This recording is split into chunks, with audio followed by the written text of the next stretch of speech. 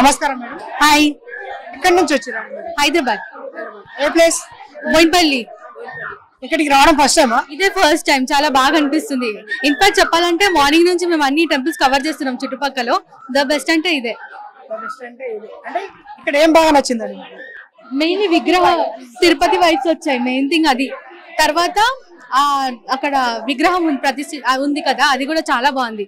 వచ్చిన వాళ్ళందరికీ main attraction అదే అని చెప్పొచ్చు. ఇంకా చెప్పాలంటే మనకి లోపల గంటగా అయితే ఇరగొట్టేసేటట్టే ఉన్నారు. 3 సార్లు కొడితే కోరికలు నెరవేరుతాయని చెప్పారు కదా, చాలా బాగుంది ఆ కాన్సెప్ట్ కూడా. ఇంకా లోపల కాయిన్స్ పెడితే కూడా కోరికలు నెరవేరుతాయని చాలా మంది నమ్ముతున్నారు. అండ్ అలాగే వచ్చారు కూడా అదే నమ్మకంతో. దర్శనానికి మీకు ఎంత టైం పట్టిందండి? దర్శనానికి 10 minutes లో అయిపోయింది. ఏదైనా ఫ్రీ అయినా కూడా స్పెషల్ దర్శనం అయినా అంతే టైం పడుతుంది. తెలంగాణలో ఇలాంటి టెంపుల్ ఓపెన్ చేయడం మీకు ఏ విధంగా అనిపిస్తుంది?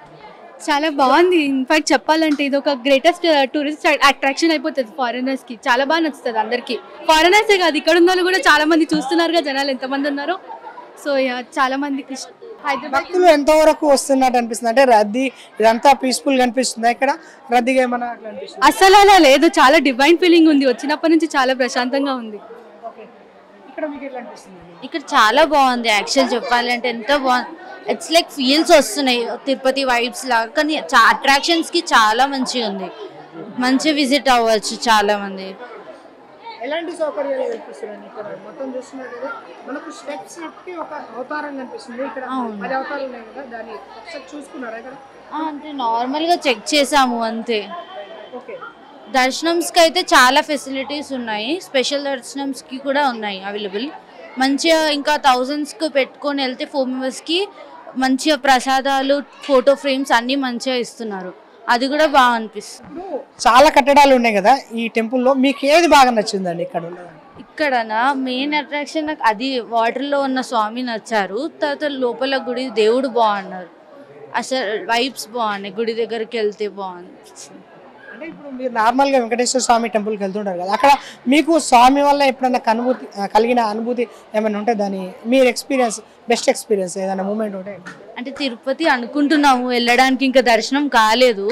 ఇది ఇంకా అట్లీస్ట్ ఇక్కడికైనా వచ్చినందుకు, దేవుడు రప్పించుకున్నందుకు ఆనందంగా ఉంది. ఇంకా ఇంకా ఇంకా కట్టాలి అని చూస్తున్నాం ఇట్లాంటి తిరుపతి లాగా. హాయ్, మీ పేరు? రుత్విక్. ఎక్కడి నుంచి? హైదరాబాద్. ఏం చేస్తుంటావు? 11th 10th అయిపోయింది, 11th. ఇప్పుడు ఎట్లా అనిపిస్తుంది ఇక్కడ ఈ టెంపుల్కి రావడం?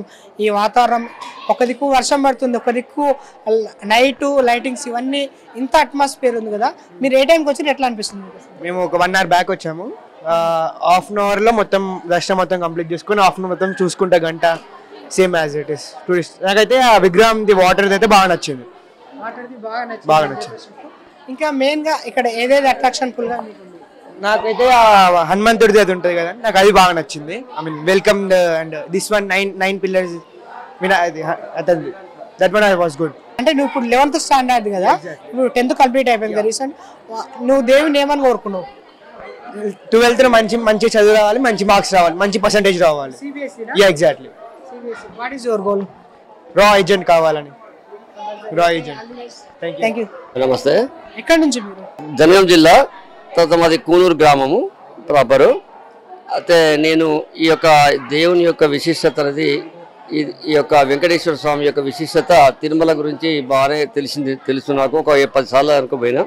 ఇప్పుడు ఈ యొక్క దివ్యక్షేత్రం కూడా అలాగే విరజిల్లుతుంది అనేటువంటి నాకు నమ్మకాన్ని ఏర్పరిచినట్టుగా, మన తెలంగాణ ప్రాంతం అయినటువంటి ఈ ప్రాంతంలో ఇంత గొప్పతనాన్ని నేను చూడడం ఇది మొదటి భావిస్తున్నాను. అనేక తిరుపతి లెక్క ఇంకా ఇంకా విశిష్టత పొందాలని ఈ యొక్క పుణ్యక్షేత్రం, ఈ యొక్క సకల ప్రజలందరికీ కూడా సుఖశాంతితో దేవుడు సమృద్ధిని ఇవ్వాలని, ఈ యొక్క ప్రజలు కూడా ఈ యొక్క దేవుని దర్శించుకోవాలని నేను ఆకాంక్షిస్తున్నాను.